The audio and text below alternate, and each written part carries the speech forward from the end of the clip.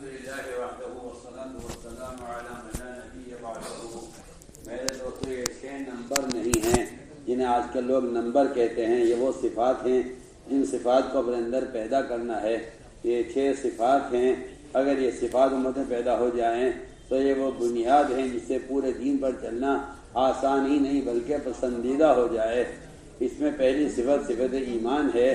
اس صفت ایمان کی تکمیل کے لیے، اس صفت کو اپنے اندر پیدا کرنے کے لیے اور اس کے حقیقت تک پہنچنے کے لیے ایک مستقل مصنون طریقہ محنت ہے۔ یہ بات ہرگز نہیں ہے کہ ایمان دعاؤں سے حاصل ہو جائے گا۔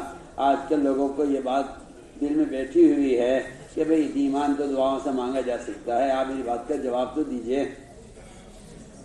وہ دنیا جس سے اللہ تعالیٰ کو نفرت ہے، جب یہ دنیا بغیر محنت کے صرف دعا سے حاصل نہیں ہو سکتی تو جو دین اللہ کو محبوب ہے وہ بغیر محنت کی دعا سے کیسے حاصل ہو جائے گا؟ آپ ذرا غور تو کیجئے۔ آج کل ایمان، ہدایت، تہجد، نماز، ذکر، تلاوت، یہ ساری چیزیں لوگ اللہ سے دعا کے ذریعے مانگنا چاہتے ہیں کہ اللہ ہمیں عمل کی توفیق دے دے۔ آپ ذرا غور تو کیجئے، محنت کرتے ہیں دنیا پر لیکن دعا ہدایت سے چاہتے ہیں، یہ ہدایت دعاؤں کے ذریعے چاہتے ہیں۔ آپ ذرا خود ہی بتلائیے، ایک آدمی تجارت کی محنت نہ کرے، دکان نہ کرے، دکان پر نہ بیٹھے اور دعا مانگے کہ اللہ مجھے نفع عطا فرما دے، تو کیا بغیر دکان کے اسی دعا سے نفع حاصل ہو سکتا ہے؟ آپ زراعت نہ کیجئے، آپ زمینداروں نہ کیجئے، ہل نہ چلائیے، بیج نہ ڈالیے، آپ کھاد نہ دیجئے، پانی مت دیجئے، آپ کوئی کام نہ کریں، آپ گھر بیٹھ کر دعا کریں کہ اللہ مجھے اس زمین سے سمن غلہ دے دے، لوگ کہیں گے بغیر محنت کے دعا سے کام نہ ہوگا۔ تو آپ سوچئے تو صحیح، جب اس کمینی دنیا کا یہ اصول ہے کہ بغیر محنت کے صرف دعا سے کام نہیں چلے گا، تب جو دین اللہ کا محبوب ہے وہ بغیر محنت کی صرف دعا سے کیسے حاصل ہو جائے گا؟ لوگ جانتے ہیں ایمان کے حاصل کرنے کے لیے مصنون دعائیں کیا ہیں۔ اللہم انی اسألک ایمانا یباشر قلبی، اے اللہ مجھے وہ ایمان چاہیے جو میرے دل میں رت بس جائے۔ میں آپ سے اللہ کی قسم کھا کر کہہ سکتا ہوں کہ صرف دعا سے ایمان حاصل نہیں ہوگا جب تک ایمان کے لیے دعوت نہیں ہوگی۔ جو آدمی اپنی ذات سے عمل کر بھی رہا ہے لیکن دوسروں کا عمل پر آمادہ نہیں کر رہا ہے اور دوسروں کو عمل پر لانے کی کوشش نہیں کر رہا ہے، اس کا بھی ایمان کمال تک پہنچ نہیں سکتا، اس لیے کہ ایمان کی تکمیل موقوف ہے دوسروں کو ایمان پر آمادہ کرنے پر۔ آپ اس بات پر توجہ دیجیے گا، یہ گشت اور ملاقاتیں اس لیے ہیں تاکہ ایک ایک دعوت دے کر صحابہ کی طرح ایمان کے حلقوں میں جمع کیا جائے۔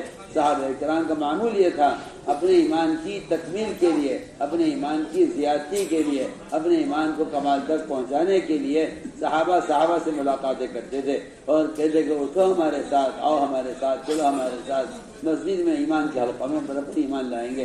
عمر رضی اللہ تعالیٰ عنہ بازار میں ایک ایک دو کے ہاتھ پکڑ کر کہتے تھے کہ آؤ میرے پر ایمان لائیں گے، فرماتے تھے یہ کام میں اس لیے کرتا ہوں تاکہ میرے ایمان میں زیادتی ہو۔ آج اگر کوئی یہ کہہ دے کہ گشت اس لیے کروں کہ میرا ایمان کامل ہو جائے تو بعض پڑھے لکھے لوگوں کا اعتراض ہوتا ہے، کیونکہ بیچاروں کے سامنے نہ صحابہ کی سیرت ہے نہ صحابہ کے ایمان کی تکمیل کا طریقہ ان کو معلوم ہے۔ یہ اٹھا کے اعتراض کر دیتے ہیں کہ گشت کے بغیر ایمان کیسے کامل ہو سکتا ہے، حالانکہ کتنی یقینی بات ہے، امر معروف نہی منکر کی عملی محنت کے بغیر ایمان کامل نہیں ہو سکتا۔ قرآن حدیث اس کے گواہ ہیں، علماء کے اقوال اس بات کی گواہی دیتے ہیں کہ دعوت کے بغیر ایمان کی تکمیل نہیں ہوتی۔ آپ غور تو کیجیے میں کیا کہہ رہا ہوں، قرآن میں ہے تأمرون بالمعروف وتنہون عن المنکر وتؤمنون باللہ، کہ اللہ پر ایمان لانے کے لیے 2 کام بنیادی ہیں، امر معروف اور نہی عن المنکر۔ بس اس عمل کی، اس کام کی، اس فریضے کی جو عملی محنت ہے وہ گشت ہے۔ تو میں نے عرض کیا کہ ایمان کی تکمیل صرف دعا سے نہیں ہوگی بلکہ ایمان کی تکمیل کے لیے ایک عملی محنت ہے۔ جو میں عرض کرنا چاہتا تھا کہ پہلی صفت ایمان، اس کے حاصل کرنے کا نبوی طریقہ کیا ہے، تو آپ کے صحابہ کا معمول یہ تھا کہ صحابہ سے ملاقاتیں کرتے اور انہیں دعوت دے کر ایمان کا حکم لا کر جوڑا کرتے تھے۔ یہاں ایمان کی مجلس میں بیٹھ کر اللہ کی بڑائی کو سننا، اس کی قدرت کو اور اس کے وعدوں کو سننا، جس سے ایمان کی تکمیل ہوتی ہے۔ امام بخاری رحمۃ اللہ علیہ کا مذہب ہے یہ کہ ایمان میں زیادتی ہوتی ہے۔ وہ اپنی بات کو ثابت کرنے کے لیے فرماتے ہیں کہ معاذ بن جبل رضی اللہ تعالیٰ عنہ لوگوں کو دعوت دے کر کہا کرتے تھے اجلس بنا نؤمن ساعتن، آؤ بیٹا ہمارے ساتھ تجھے کے پر ایمان لے آئیں۔ یہاں سے امام بخاری ثابت کرتے ہیں کہ ایمان میں زیادتی ہوتی ہے، ایمان میں گھٹنا بڑھنا ہوتا ہے۔ اس سے معلوم ہوتا ہے کہ دعوت کا چھوڑ دینا یہ ایمان کے گھٹنے کا سبب ہے، اور دعوت دینا ایمان کی تکمیل کا سبب ہے۔ انہیں میرے بزرگوں کو میں نے تو عرض کیا ہے کہ پہلی صفت ایمان، اس کی تکمیل کا نبوی طریقہ کیا ہے اور اس کی تکمیل کا صحابہ کرام کا معمول کیا ہے۔ اس لیے ہم عرض کرتے ہیں کہ سب سے پہلا مقصد اس دعوت نقل حرکت کے ذریعے اپنے ایمان میں کمال پیدا کرنا ہے۔ مولانا صاحب کا ملفوظ بھی یہی ہے، فرماتے تھے اگر ہر سال 4 مہینے اس راستے میں پھرنے کو اپنا جزوِ زندگی نہیں بناؤ گے تو ایمان کا مزہ نہیں چکھ سکتے۔ یہ حضرت ملفوظ قرآن، حدیث، اقوال علماء کے عین مطابق ہے۔ مولانا بدر عالم میرٹری رحمۃ اللہ علیہ فرماتے ہیں، ترجمان السنہ میں لکھتے ہیں، میں علماء سے کہہ رہا ہوں جنہیں اس بات میں بڑا شک اور شبہ ہے اور اعتراض بھی کرتے ہیں بعض لوگ کہ کیوں گشت پر زور دیا جاتا ہے ایمان کی تکمیل کے لیے، میں آپ کو بتلانا چاہتا ہوں۔ مولانا بدر عالم میرٹری رحمۃ اللہ علیہ لکھتے ہیں ترجمان السنہ میں کہ ایک آدمی نماز اتنی پڑھتا ہے کہ اس کی پیشانی پر سیاہ نشان پڑ جائے، روزے اتنے رکھتا ہے نقی روزے کہ اس کے ہونٹ پر خشکی جم جائے، زکوٰۃ وقر ادا کر دیتا ہے، یہ سارے اعمال کا ہونا اسلام میں ایمان کی علامت اور اسلام میں ایمان کا معیار اس کو قرار نہیں دیا گیا ہے۔ اسلام میں ایمان کی علامت اس کو قرار دیا گیا ہے کہ آپ لوگوں کو نیکی پر آمادہ کرتے ہیں یا نہیں کرتے، آپ لوگوں کو منکرات سے روکتے ہیں یا نہیں روکتے۔ اگر آپ یہ کام کرتے ہیں تو یہ آپ کے ایمان کی تکمیل کا بھی سبب ہے اور یہ آپ کے ایمان کے وجود کی علامت بھی ہے۔ میں تو یاد عرض کرتا ہوں کہ ایک آدمی اگر عمل کرتا ہے لیکن دوسروں کو دعوت نہیں دیتا تو نہیں معلوم کہ اس کے ایمان کا کیا حال ہے۔ اس لیے کہ ہر شخص کے اپنے ایمان کا درجہ، ہر شخص کے اپنے ایمان کا کمال، ہر شخص کے اس کے اپنے ایمان کی سطح دوسروں کو دعوت دینے سے ثابت ہوگی۔ اس لیے کہ اگر آپ زبان سے لوگوں کو دعوت دے رہے ہیں جا کر تو آپ کا ایمان درمیانہ درجے کا ہے، اور اگر آپ منکر کو ہاتھ سے بدلنے کی کوشش کر رہے ہیں تو آپ کا ایمان اعلیٰ درجے کا ہے، اور اگر آپ زبان بھی نہیں کھول سکتے، کسی کو دعوت نہیں دے رہے ہیں تو آپ کا ایمان انتہائی کمزور ترین ہو گیا ہے۔ اور اگر آپ دل سے گناہ کو برا نہیں سمجھ رہے ہیں اور آپ کا دل گناہ دیکھ کر نہیں دکھ رہا ہے اور آپ کو گناہ دیکھ کر غم نہیں ہو رہا ہے تو آپ کا دل ایمان سے خالی کر دیا گیا ہے۔ آپ سوچیں اسی میں کیا کہہ رہا ہوں، جس ایمان پر میں اور آپ اکتفا کر کے بیٹھے ہوئے ہیں، آپ اگر اس حدیث میں ایمان کی علامتوں کو غور کریں، حضرت نے صاحب فرمایا کہ آدمی اگر گناہ کو دیکھ کر دل سے غمگین ہو رہا ہے تو یہ اس کا سب سے کمزور ضعیف ترین ایمان ہے، اور اگر یہ کیفیت ہی پیدا نہیں ہوتی گناہ کو دیکھ کر کہ آدمی دل سے غمگین ہو اور گناہ کو دیکھ کر پریشان ہو تو فرمایا کہ اس کے دل میں ایمان کا ذرہ بھی نہیں ہے۔ اس لیے دوستو عزیزو، میں اور آپ گشت کے اس لیے محتاج ہیں تاکہ اس اپنے ایمان میں کمال پیدا کریں۔ کیوں؟ اس لیے کہ گشت کا موضوع امر بالمعروف اور نہی عن المنکر ہے۔ وہ گشت آپ کے محلے کے مسجد میں ہو رہا ہو، وہ گشت آپ جا کے امریکہ میں، یورپ میں کریں، وہ گشت آپ جا کر دنیا کے کسی کونے میں کریں، سب کا ایک حکم ہے۔ آپ یہ نہیں کہہ سکتے کہ یہ کام میں یہاں کر لوں گا تو وہاں جانے کی کیا ضرورت ہے۔ میں آپ سے پوچھتا ہوں، کیا جن لوگوں نے زکوٰۃ دینے سے انکار کیا تھا، کیا ابو بکر رضی اللہ تعالیٰ نے مدینے کو خالی اس لیے کیا تھا کہ مدینے والوں کو دین معلوم نہیں، جاؤ جماعت سے پھر دین سیکھو؟ نہیں، ان کو مدینے سے نکالا اس لیے تھا تاکہ اس علاقے والے اگر زکوٰۃ سے انکار کرتے ہیں تو ان کو زکوٰۃ پر آمادہ کرنے کے لیے جماعت روانہ کی جائے۔ جن لوگوں نے کہا کہ ہم شراب پیئیں گے، فرمایا کہ ان سے قتال کیا جائے گا ان کو شراب سے روکنے کے لیے۔ اور یہ آپ آج کل یہ دماغوں میں بیٹھ گیا ہے لوگوں کی کہ دین کے پھیلانے کے لیے نقل و حرکت اصل نہیں ہے، اخبار، رسائل، موبائل، دنیا جہان کے پمفلیٹ اور یہ نیٹ اور یہ دنیا جہان کا گند جس راستے سے آ رہا ہے اسی راہ دین کو پھیلا دو تاکہ دین پھیل جائے۔ میں آپ سے اللہ کی قسم کھا کر کہہ سکتا ہوں، نقل و حرکت کے بغیر دعوت اور تعلیم کا فریضہ ادا نہیں ہو سکتا۔ آپ کی سمجھ تو آئے گا نہیں، مجھے معلوم ہے، حقیقت کہ نقل و حرکت کے بغیر دعوت اور تعلیم کا فریضہ ادا نہیں ہوتا۔ حضور اکرم صلی اللہ علیہ وسلم نے دعوت کے فریضے کو ادا کرنے کے لیے امت کو حرکت پر ڈالا تھا، اور تعلیم کے فریضے کو ادا کرنے کے لیے علماء صحابہ کو نقل و حرکت پر ڈالا تھا۔ یہ تھا اصل کام۔ اس لیے فرمایا کرتے تھے اگر اللہ تعالیٰ سے پھرنا نہ ہوتا عمر دنیا میں رہنا پسند نہ کرتا۔ اللہ مجھے معاف فرمائے، اس زمانے کا مسلمان کہتا ہے پھرنے کی کیا ضرورت ہے؟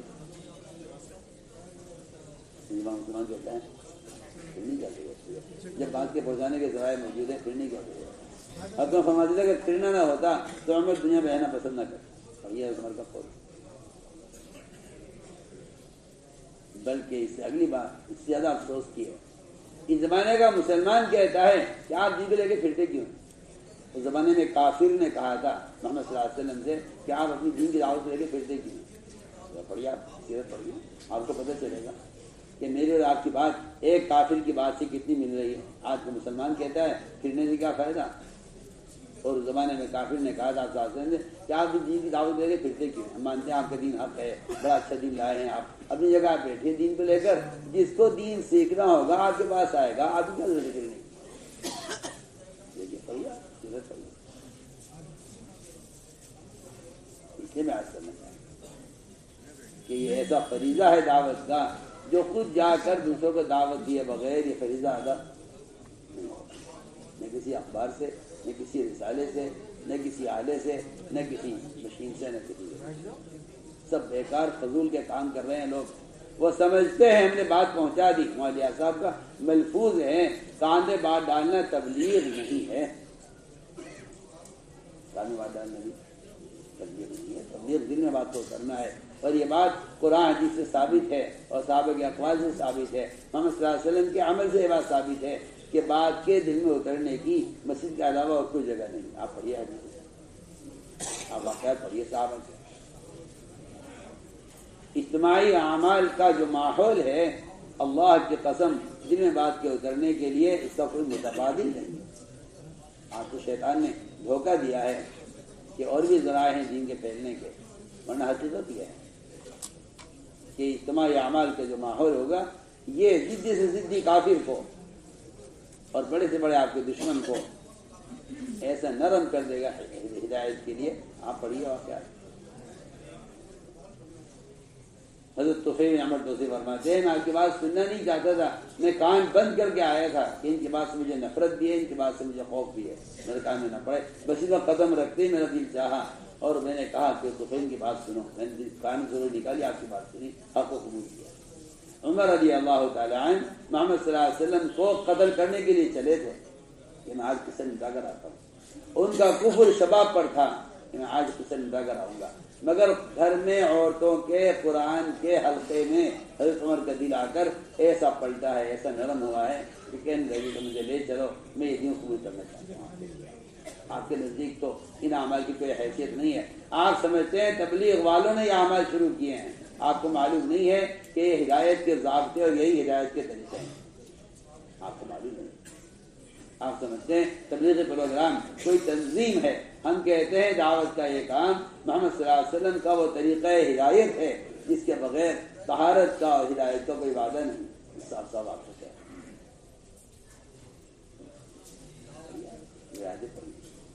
حضور اکرم نے کس طرح مسجد کے ماحول میں رکھا ہے لوگوں کو بلا کر۔ ہندا نے جو سنگل عورت تھی جنہیں کا کلیجہ چبایا ہے، اس کی ہدایت کے لیے نہ کوئی تلوار، نہ کوئی تقریر، نہ کوئی دھمکی، نہ کوئی ترغیب، کچھ نہیں۔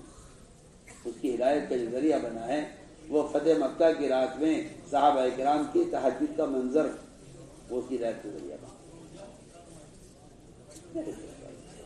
اگر میں اور آپ دین کو لے کر بیٹھ جائیں اور اخبار اور رسائل دین پھیلا دیں تو یہ نہ اخبار کوئی عملی شکل ہے، نہ یہ کوئی عملی دین ہے، یہ تو علم دین ہے، دین تو نہیں ہے۔ کیا بتاؤں آپ کو اخبار رسائل میں تو کیا ہے؟ علم دین ہے، دین تو نہیں۔ یہ تو علم دین ہے، دین تو وہ ہے جو آپ اپنے عمل سے پیش کریں۔ دین تو دین کا ماحول ہے اصل۔ جس طرح جب آدمی منکر کے ماحول جا کر بگڑتا ہے تو آپ کیوں نہیں کہتے کہ یہ عمل کے ماحول میں آ کر سدھرے گا؟ دین کے ماحول کے بگڑنے کے لیے تو ساری دنیا لگی ہوئی ہے، منکرات کے ماحول کو بنانے کے لیے۔ عیاشی کے ماحول دیکھیے، عیاشی کے اڈے دیکھیے، شراب کھانے جا کے دیکھیے، وہاں تو آپ کہیں گے بگڑنے کی جگہ، اور سدھرنے کے لیے اخبار رسائل، یہ کہیں کہ جو لگتا ہے خود ہی فیصلے کی۔ اس لیے ہم عرض کرتے ہیں کہ ایمان کی تکمیل کا جو بنیادی سبب تھا وہ یہ تھا کہ لوگوں کو منکرات کے ماحول سے نکال کر عمل کے ماحول میں لایا جائے۔ پیچھے کے تربیت اور تعلیم اور تعلق میں اللہ کے پیدا ہونے کے لیے مسجد کا کوئی متبادل نہیں۔ تو میں نے عرض کیا پہلی سی وظیفت ایمان اس طرح نہیں ہے۔ اسی کے ساتھ ساتھ عبادات کا شوق، ذکر کا شوق، تلاوت کا شوق، یہ سارے، اور گناہوں سے نفرت، یہ سب کچھ جتنے بھی اجزاء ہیں اس کے، یہ سارے ان سارے احکام کو پورا کرنے کی استعداد جو پیدا ہوگی وہ عمل کے ماحول سے پیدا ہوگی۔ اس لیے میرے دوستو، تبلیغ میں گشت کا موضوع یہی ہے، ہر امتی کو منکر کے ماحول سے نکال کر اس کی جگہ کو تبدیل کرنا۔ بات پہنچانا تبلیغ نہیں ہے، بلکہ منکر کرنے والے کی جگہ کو تبدیل کرنا یہ اصل ہے۔ تغییر کا حکم ہے روایت میں، من رأى منکم منکرا فلیغیرہ بیدہ۔ جی ہاں، آپ گناہ کرنے والے کا ہاتھ پکڑ کر بسی میں لے آئیں اگر آپ سے نہیں طاقت ہے، اور اگر نہیں ہے تو اس کا دوسرا درجہ یہ ہے آپ کے ایمان کا کہ آپ زبان سے اس کو سمجھا کر اس کو برے۔ میں آپ سے پوچھتا ہوں، آپ جو کہتے ہیں نا ہم گشت ملاقات کر کے بات پہنچا دیتے ہیں، اگر کوئی آدمی کسی گڑھے میں گر جائے، کسی کنویں میں گر جائے کوئی، اور آپ جا کر اس کو نکلنے کی ترغیب دے کر آ جائیں تو کیا وہ نکل جائے گا؟ جان بچ جائے گی اس سے؟ ہے کوئی تمہیں ہاں کہنے والا؟ حیران ہوں آپ لوگوں کے طریقۂ عمل سے میں حیران ہوں۔ آپ کہتے ہیں بات پہنچا دی، جی ہاں، ہم آپ سے پوچھتے ہیں گڑھے میں گرنے والے کو آپ نے ترغیب دے دی نکلنے کی، آپ نے دکانوں میں بازار میں بات کر کے ہماری ترغیب دے کر آ گیا، آپ بتائیے تو صحیح۔ آپ گناہوں کے اڈے پر گئے، جا کے وہاں لوگوں کو سمجھا کر آ گیا، چھوڑ کر آ گیا۔ گناہ کرنے والا گڑھے میں گرنے والے کی طرح ہے، آپ اگر اس کو سہارا دے کے نکالیں گے نہیں تو آپ کا ترغیب دینا کافی ہو جائے گی، نکلنے کی ترغیب دے جائے گی، اس کو بیا باہر آ جائے گی۔ وہ خود نکل سکتا تھا، آپ کی ترغیب کی ضرورت کیا تھی؟ میں تو کچھ اور سوچ رہا ہوں، آپ کچھ اور کر رہے ہیں۔ میرے نزدیک گشت کا موضوع منکر کرنے والوں کی جگہ کو تبدیل کرنا ہے، آپ کے نزدیک گشت کا موضوع ملاقاتیں کر کے دین کی بات سمجھا کر آ جانا ہے۔ یہ میرا آپ کی رسم ہے،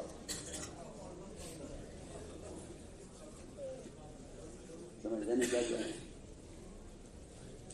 میرا آگے رسم یہ ہے۔ آپ جن کی بات پہنچانے کے لیے گشت کرتے ہیں، ہم ہر امتی کو منکر کے ماحول سے نکال کر اللہ کے گھر میں لانے کے لیے گشت کرتے ہیں۔ آپ خود ہی فیصلہ کیجیے۔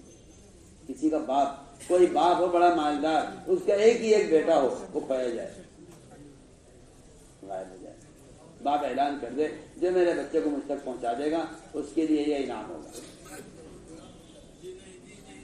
بچے مل گیا، اس نے بچے سے ملاقات کی کسی علاقے میں، اس کو سمجھایا بیٹے گھر سے لے جاؤ، یہاں نہ پھرو، کہ جی میری ذمہ داری پوری ہو گئی، اقرار یہاں جائے، اس کی مرضی ہے۔ وہ بچہ کسی حادثے میں ہلاک ہو گیا، بتائیے آپ کی نہیں میری ذمہ داری پوری ہو گئی؟ بولو نا، باپ کتنا ناراض ہوگا اس شخص سے، کتنا سخت ناراض ہوگا۔ بالکل میں کہنا چاہتا ہوں انبیاء علیہ السلام کا کام ہے اللہ کے بندوں کو اللہ سے جوڑنا۔ آپ اگر سمجھا دیں اس کو کہ جی میں سمجھا دیا، تو باپ کتنا ناراض ہو گیا اس شخص پر۔ بھائی اگر تمہیں مل گیا تھا بچہ، مجھ تک پہنچا دیتا، بتاؤ تو صحیح۔ ایک باپ کو اپنے بیٹے سے کتنی محبت ہے، مگر اللہ کو اپنے بندوں سے زیادہ محبت ہے۔ آپ اگر خوشامد کر کے مسیح میں لے آتے اور اللہ کے حوالے کر دیتے، حدیث میں آتا ہے مسیح میں آنے والے سے اللہ تعالیٰ اس سے بھی زیادہ مل کر خوش ہوتے ہیں جتنا کہ اپنے دوست سے مدد مانگ کر خوش ہوتا ہے۔ کتنی صاف صاف روایت۔ اس کا عزم کر کر کے انشاءاللہ ہمیں خود رسول والا بننا ہے، ہر امتی کو دعوت دے کے اعمال سے جوڑنا ہے، اس لیے کہ اعمال اعمال ہدایت ہیں، اعمال تربیت ہیں۔ کریں گے نئے تمام انشاءاللہ۔